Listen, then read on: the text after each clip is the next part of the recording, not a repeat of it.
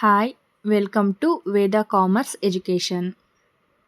ಇವತ್ತಿನ ಕ್ಲಾಸ್ನಲ್ಲಿ ನಾವು ಫಸ್ಟ್ PUC ಅಕೌಂಟಿಂಗ್ನ ಬಗ್ಗೆ ಸಂಪೂರ್ಣವಾಗಿ ತಿಳ್ಕೊಳ್ಳೋಣ. ಫಸ್ಟ್ ಚಾಪ್ಟರ್ ಬಂದು ಇಂಟ್ರಡಕ್ಷನ್ ಆಫ್ ಅಕೌಂಟಿಂಗ್. ಇದು ವೆರಿ ಇಂಪಾರ್ಟೆಂಟ್ ಚಾಪ್ಟರ್ ಬಿಕಾಸ್ ಇದರಲ್ಲಿ ಬೇಸಿಕ್ ಅಕೌಂಟಿಂಗ್ ಬಗ್ಗೆ ಸಂಪೂರ್ಣವಾದ ಇನ್ಫಾರ್ಮೇಷನ್ ಇದೆ. ಈ ಚಾಪ್ಟರ್ನ ನಾವು ಅರ್ಥ ಮಾಡಿಕೊಂಡ್ರೆ ನಮಗೆ ಅಕೌಂಟಿಂಗ್ ಅನ್ನೋದು ತುಂಬ ಈಸಿ ಆಗ್ತಾ ಹೋಗುತ್ತೆ. ಈ ಚಾಪ್ಟರ್ನಲ್ಲಿ ಬರುವ ಒಂದೊಂದು ಪಾಯಿಂಟ್ ಟಾಪಿಕ್ ಸಹ ವೆರಿ ಇಂಪಾರ್ಟೆಂಟ್ ಅಂತಲೇ ಹೇಳ್ಬೋದು. ಬೇಸಿಕ್ನ ತಿಳ್ಕೊಂಡ್ರೆ ಅಕೌಂಟಿಂಗ್ನಲ್ಲಿ ಬರುವ ಎಲ್ಲ ವರ್ಡ್ಗಳ ಅರ್ಥ ನಮಗೆ ತಿಳಿತಾ ಹೋಗುತ್ತೆ. ಆ್ಯಂಡ್ ಅದರಿಂದ ಏನು ಯೂಸ್ ಆಗುತ್ತೆ, ಅದರ ಅವಶ್ಯಕತೆ ಏನು, ಅದು ಏನಕ್ಕೆ ಬೇಕು ಅಂತ ಎಲ್ಲ ತಿಳಿತಾ ಹೋಗುತ್ತೆ. ಒಂದು ಬಿಲ್ಡಿಂಗ್ ಕಟ್ಟೋಕ್ಕೆ ಫೌಂಡೇಶನ್ ಎಷ್ಟು ಇಂಪಾರ್ಟೆಂಟೋ ಅದೇ ಥರ ಅಕೌಂಟಿಂಗ್ನ ಬೇಸಿಕ್ ಅಷ್ಟೇ ಇಂಪಾರ್ಟೆಂಟ್ ಅಂತಲೇ ಹೇಳ್ಬೋದು. ಈ ಫಸ್ಟ್ PUC ಅಕೌಂಟಿಂಗ್ ಚಾಪ್ಟರ್ ಸಂಪೂರ್ಣವಾಗಿ ತಿಳ್ಕೊಂಡ್ರೆ ಮುಂದಿನ 2 ವರ್ಷದ ಅಕೌಂಟೆನ್ಸಿ ಜರ್ನಿ ನಮಗೆ ತುಂಬ ಈಸಿ ಆಗ್ತಾ ಹೋಗುತ್ತೆ. ಸೊ ಹಾಗಾಗಿ ಇವತ್ತಿನ ಕ್ಲಾಸ್ನಲ್ಲಿ ನಾವು ಇಂಟ್ರಡಕ್ಷನ್ ಆಫ್ ಅಕೌಂಟಿಂಗ್ನ ಬಗ್ಗೆ ಸಂಪೂರ್ಣವಾಗಿ ತಿಳ್ಕೊಳ್ಳೋಣ. First chapter introduction to accounting. First one ಬಂದು ಅಕೌಂಟೆನ್ಸಿ, ಬುಕ್ ಕೀಪಿಂಗ್, ಅಕೌಂಟಿಂಗ್ನ ಮೀನಿಂಗ್ನ ನೋಡ್ತಾ ಹೋಗ್ತೀವಿ. ಇನ್ನು ಸೆಕೆಂಡ್ ಪಾಯಿಂಟ್ ಬಂದು accounting as source of information, ಅಂದರೆ ಅಕೌಂಟಿಂಗ್ನ ಮೂಲ ಯಾವುದು ಅನ್ನೋದ್ರ ಬಗ್ಗೆ ಈ ಒಂದು ಟಾಪಿಕಲ್ಲಿ ತಿಳ್ತಾ ಹೋಗ್ತೀವಿ. ಥರ್ಡ್ ಒನ್ ಆಬ್ಜೆಕ್ಟಿವ್ಸ್ ಆಫ್ ಅಕೌಂಟಿಂಗ್ನ ಉದ್ದೇಶಗಳೇನು ಅನ್ನೋದನ್ನ ಈ ಚಾಪ್ಟರ್ನಲ್ಲಿ ನಾವು ನೋಡ್ತೀವಿ.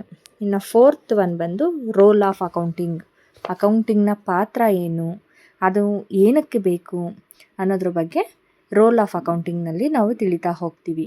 ಇನ್ನು ಫಿಫ್ತ್ ಒನ್ ಬಂದು ಬೇಸಿಕ್ ಟರ್ಮ್ಸ್ ಇನ್ ಅಕೌಂಟಿಂಗ್. ಇದು ವೆರಿ ಇಂಪಾರ್ಟೆಂಟ್ ಅಂತಲೇ ಹೇಳ್ಬೋದು. ಬೇಸಿಕ್ ಟರ್ಮ್ಸ್ನ ನಾವು ತಿಳ್ಕೊಂಡ್ರೆ ನಮಗೆ ಅಕೌಂಟಿಂಗ್ ಅನ್ನೋದು ತುಂಬಾ ಈಸಿ ಆಗ್ತಾ ಹೋಗುತ್ತೆ.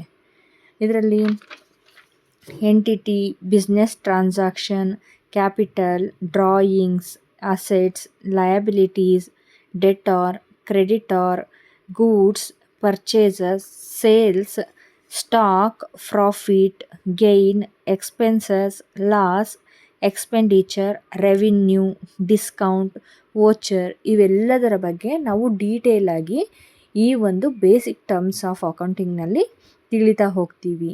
ಇದಿಷ್ಟು ಇಂಟ್ರಡಕ್ಷನ್ ಟು ಅಕೌಂಟಿಂಗ್ನಲ್ಲಿ ಬರೋವಂತಹ ಟಾಪಿಕ್ಸ್ ಅಂತ ಹೇಳ್ಬೋದು.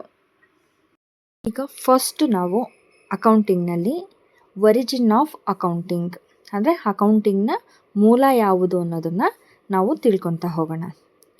ನಾವು ಪ್ರತಿಯೊಂದಕ್ಕೂ ಸಹ ಮೂಲವನ್ನು ನೋಡ್ತಾ ಹೋಗ್ತೀವಿ. ಪ್ರತಿಯೊಂದು ಶಿಲೆ ಆಗಿರ್ಬೋದು, ಕಲ್ಲಾಗಿರ್ಬೋದು, ಮಣ್ಣಾಗಿರ್ಬೋದು, ಅಥವಾ ವಸ್ತು ಆಗಿರ್ಬೋದು, ಯಾವುದೇ ನಾಗರಿಕತೆ ಆಗಿರ್ಬೋದು, ಅದರದೇ ಆದಂಥ ಇತಿಹಾಸ ಅಥವಾ ಮೂಲವನ್ನು ಹೊಂದಿರುತ್ತೆ. ಅದೇ ರೀತಿ ನಮ್ಮ ಅಕೌಂಟಿಂಗ್ ಸಿಸ್ಟಮ್ ಸಹ ಅದರದೇ ಆದ ಮೂಲವನ್ನು ಹೊಂದಿದೆ. ಹಾಗಾದರೆ ಅಕೌಂಟಿಂಗ್ನ ಮೂಲ ಯಾವುದು? ಅಂದರೆ ಅಕೌಂಟಿಂಗ್ ಅನ್ನೋದು ಹೇಗೆ ಪ್ರಾರಂಭ ಆಯಿತು, ಅದು ಎಲ್ಲಿ ಹುಟ್ಟಿದ್ದು, ಯಾರು ಪ್ರಾರಂಭ ಮಾಡಿದ್ದು, ಯಾರನ್ನು ಫಾದರ್ ಆಫ್ ಅಕೌಂಟಿಂಗ್ ಅಂತ ಕರಿತೀವಿ, ಯಾವ ದೇಶ ಮೊಟ್ಟ ಮೊದಲ ಬಾರಿಗೆ ಟ್ರಾನ್ಸಾಕ್ಷನ್ಗಳನ್ನು ರೆಕಾರ್ಡ್ ಮಾಡ್ತು, ನಮ್ಮ ಭಾರತದಲ್ಲಿ ಯಾವಾಗ ಆರಂಭಿಸಿದ್ರು ಅಂತ ನೋಡೋದಾದರೆ ನಮ್ಮ ಪ್ರಾಚೀನ ನಾಗರಿಕತೆ ಯಾವಾಗ ಆರಂಭ ಆಯಿತು ಅದರ ಜೊತೆಯಲ್ಲಿಯೇ ಸಹ ಅಕೌಂಟಿಂಗ್ ಸಿಸ್ಟಮ್ ಅನ್ನೋದು ಬೆಳೀತಾ ಬರ್ತಾ ಹೋಗುತ್ತೆ. Accounting is an ancient art in nature. It is as old as ಮನಿ.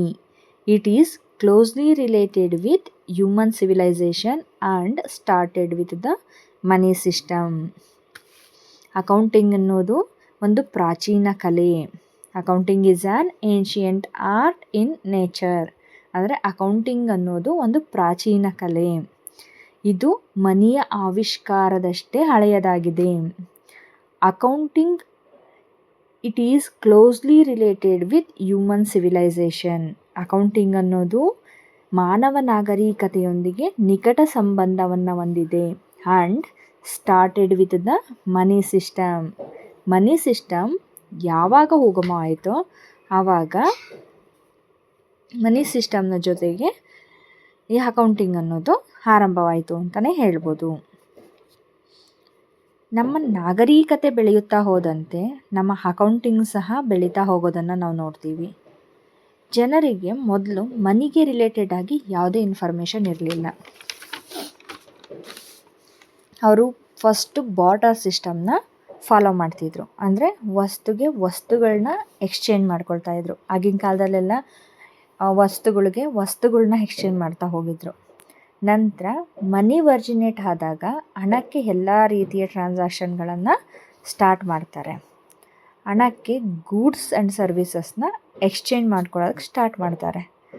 ಆಮೇಲೆ ಕಾಲಕ್ರಮೇಣ ಯಾವಾಗ ಮನಿಗೆ ಗೂಡ್ಸ್ ಆ್ಯಂಡ್ ಸರ್ವೀಸಸ್ ಎಕ್ಸ್ಚೇಂಜ್ ಆಗ ಸ್ಟಾರ್ಟ್ ಆಗುತ್ತೋ ಅದನ್ನು ರೆಕಾರ್ಡ್ ಮಾಡ್ಕೊಳಕ್ಕೆ ಸ್ಟಾರ್ಟ್ ಮಾಡಿದ್ರು. ಯಾವಾಗ ಮನಿಗೆ ರಿಲೇಟೆಡ್ ಆಗಿ ಟ್ರಾನ್ಸಾಕ್ಷನ್ಗಳು ಕ್ರಿಯೇಟ್ ಆಯಿತೋ ಆಗ ಬುಕ್ ಕೀಪಿಂಗ್ ಅನ್ನೋದು ಸಹ ಕ್ರಿಯೇಟ್ ಆಗ್ತಾ ಹೋಯಿತು. ಇನ್ನು ಎರಡನೇದು ನೋಡೋದಾದರೆ origin of accounting in Babylonia and Egypt 4000 BC who recorded transaction of payment of wages and tax on clay tablets. ಅಂದರೆ ಯಾವ ದೇಶ ಮೊದಲು ಟ್ರಾನ್ಸಾಕ್ಷನ್ ಮಾಡೋಕ್ಕೆ ಸ್ಟಾರ್ಟ್ ಮಾಡ್ತು ಅಂದರೆ ಬ್ಯಾಬಿಲೋನಿಯಾ ಆ್ಯಂಡ್ ಈಜಿಪ್ಟ್ನಲ್ಲಿ ಕ್ರಿಸ್ತಪೂರ್ವ 4000ರಲ್ಲಿ ಮೊದಲ ಬಾರಿಗೆ ಟ್ರಾನ್ಸಾಕ್ಷನ್ಗಳನ್ನು ರೆಕಾರ್ಡ್ ಮಾಡ್ತಾರೆ. ಅದು ಸಹ ವೇಜಸ್ ಆ್ಯಂಡ್ ಟ್ಯಾಕ್ಸ್ಗೆ ರಿಲೇಟೆಡ್ ಆಗಿ. ವೇಜಸ್ ಆ್ಯಂಡ್ ಟ್ಯಾಕ್ಸ್ಗೆ ರಿಲೇಟೆಡ್ ಆಗಿ ಟ್ರಾನ್ಸಾಕ್ಷನ್ಗಳನ್ನು ಮಾಡಿದಾಗ ಅದನ್ನು ಅವರು ಕ್ಲೇ ಟ್ಯಾಬ್ಲೆಟ್ಸ್ಗಳ ಮೇಲೆ ರೆಕಾರ್ಡ್ ಮಾಡ್ತಾ ಹೋಗ್ತಾರೆ. ಅಂದರೆ ಈ ಕ್ಲೇ ಟ್ಯಾಬ್ಲೆಟ್ಸ್ ಅಂದರೆ ಏನು? ಕ್ಲೇ ಟ್ಯಾಬ್ಲೆಟ್ಸ್ ಅಂದರೆ ಮಣ್ಣಿನ ಫಲಕಗಳು ಅಥವಾ ಮಣ್ಣಿನ ತಟ್ಟೆಗಳು. ಪ್ರಾಚೀನ ಕಾಲದಲ್ಲಿ ಅಂದರೆ ಮೆಸೊಪೊಟೇಮಿಯಾ ಪ್ರದೇಶದ ಜನರು ಜೇಡಿ ಮಣ್ಣಿನಿಂದ ಮಾಡಿದ ಫಲಕಗಳನ್ನು ಬಳಕೆ ಮಾಡ್ತಿದ್ರು. ಈ ಫಲಕಗಳನ್ನು ಹಸಿಯಾದ ಮಣ್ಣಿನಿಂದ ತಯಾರಿಸಿ ಸೂರ್ಯನ ಬಿಸಿಲಿನಲ್ಲಿ ಒಣಗಿಸಿ ಅಥವಾ ಬೆಂಕಿಯಲ್ಲಿ ಸುಟ್ಟು ಗಟ್ಟಿಯಾಗಿಸುತ್ತಿದ್ದರು. ಮಣ್ಣು ಹಸಿಯಾಗಿದ್ದಾಗ ಅದರ ಮೇಲೆ ಚೂಪಾದ ಸಾಧನಗಳನ್ನು ಬಳಸಿ ಅಕ್ಷರಗಳನ್ನು ಒತ್ತಿ ಬರೆಯುತ್ತಿದ್ದರು. ಆನಂತರ ಅದನ್ನು ಬಿಸಿಲಲ್ಲಿ ಅಥವಾ ಬೆಂಕಿಯಲ್ಲಿ ಸುಟ್ಟು ಅದನ್ನು ಒಣಗಿಸಿದಾಗ ಈ ಲಿಪಿಗಳು ಸಾವಿರಾರು ವರ್ಷಗಳಾದರೂ ಸಹ ಹಾಗೇ ಇರ್ತಿದ್ವು. ಹಾಗಾಗಿ ಬ್ಯಾಬಿಲೋನಿಯಾ ಆ್ಯಂಡ್ ಈಜಿಪ್ಟ್ ಜನರು ಟ್ರಾನ್ಸಾಕ್ಷನ್ಗಳನ್ನು ಕ್ಲೇ ಟ್ಯಾಬ್ಲೆಟ್ಸ್ನ ಮೇಲೆ ರೆಕಾರ್ಡ್ ಮಾಡ್ತಾಯಿದ್ರು.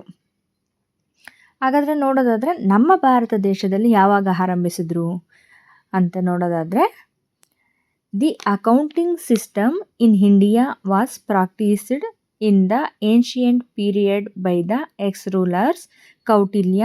The minister of the Chandragupta Maurya mentioned accounting and auditing systems in is books ಅರ್ಥಶಾಸ್ತ್ರ in the 4th century BC. ಅಂದರೆ ನಮ್ಮ ಭಾರತದಲ್ಲಿ ಕ್ರಿಸ್ತಪೂರ್ವ 4000 ವರ್ಷಗಳ ಹಿಂದೆ ಟ್ರಾನ್ಸಾಕ್ಷನ್ಗಳನ್ನು ರೆಕಾರ್ಡ್ ಮಾಡ್ಕೊಳ್ತಿದ್ರು. ಆಗ ಭಾರತದಲ್ಲಿ ಆಳ್ವಿಕೆ ಮಾಡುತ್ತಿದ್ದಂತಹ ಹೆಸರಾಂತ ರಾಜ ಚಂದ್ರಗುಪ್ತ ಮೌರ್ಯನ ಆಸ್ಥಾನದಲ್ಲಿದ್ದಂತಹ ಪ್ರಧಾನಮಂತ್ರಿ ಕೌಟಿಲ್ಯ ಬರೆದಿರುವಂತಹ ಅರ್ಥಶಾಸ್ತ್ರ ಅನ್ನೋ ಪುಸ್ತಕದಲ್ಲಿ ಅಕೌಂಟಿಂಗ್ ಆ್ಯಂಡ್ ಆಡಿಟಿಂಗ್ಗೆ ರಿಲೇಟೆಡ್ ಆಗಿ ಇನ್ಫಾರ್ಮೇಷನ್ ಇದೆ. ಇನ್ನು ನೆಕ್ಸ್ಟ್ ನೋಡೋದಾದರೆ modern system of accounting develop ಆಗಿದ್ದು ಹೇಗೆ ಅಂತ ನೋಡೋಣ. However the actual development of accounting began only in the 15th century. ಲೆಕ್ಕಶಾಸ್ತ್ರದ ನಿಜವಾದ ಅಭಿವೃದ್ಧಿ 15ನೇ ಶತಮಾನದಲ್ಲಿ ಆರಂಭ ಆಯಿತು. Next, the credit for the development of modern accounting goes to Luca Pacioli, a monk in Venice in Italy. Modern system of accounting develop ಆಗಿದ್ದು Luca Pacioli ಇವರಿಂದ. ಈ ಲುಕೋ ಫೆಸಿಯೋಲಿ ಇವರು ಒಬ್ಬ ಇಟಾಲಿಯನ್ ಗುರು.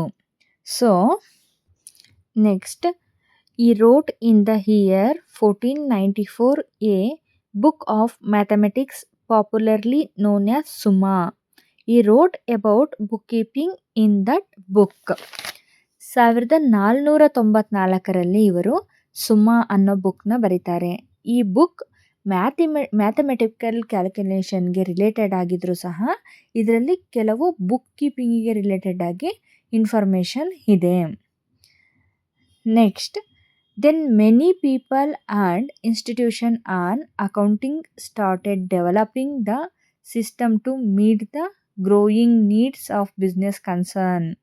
ಅಂದರೆ ಈ ಸುಮ ಅನ್ನೋ ಬುಕ್ಕು ಮುಂದೊಂದು ದಿನ ಕೆಲವು ಜನರಿಗೆ ಅಂದರೆ ರಿಸರ್ಚರ್ಸ್ಗಳಿಗೆ ಅಂಡ್ ಇನ್ಸ್ಟಿಟ್ಯೂಷನ್ಗಳಿಗೆ ಬಿಸ್ನೆಸ್ ಕನ್ಸರ್ನ್ ಸಲುವಾಗಿ ಅಕೌಂಟ್ನ ಡೆವಲಪ್ ಮಾಡೋಕ್ಕೆ ಹೆಲ್ಪ್ ಆಯಿತು.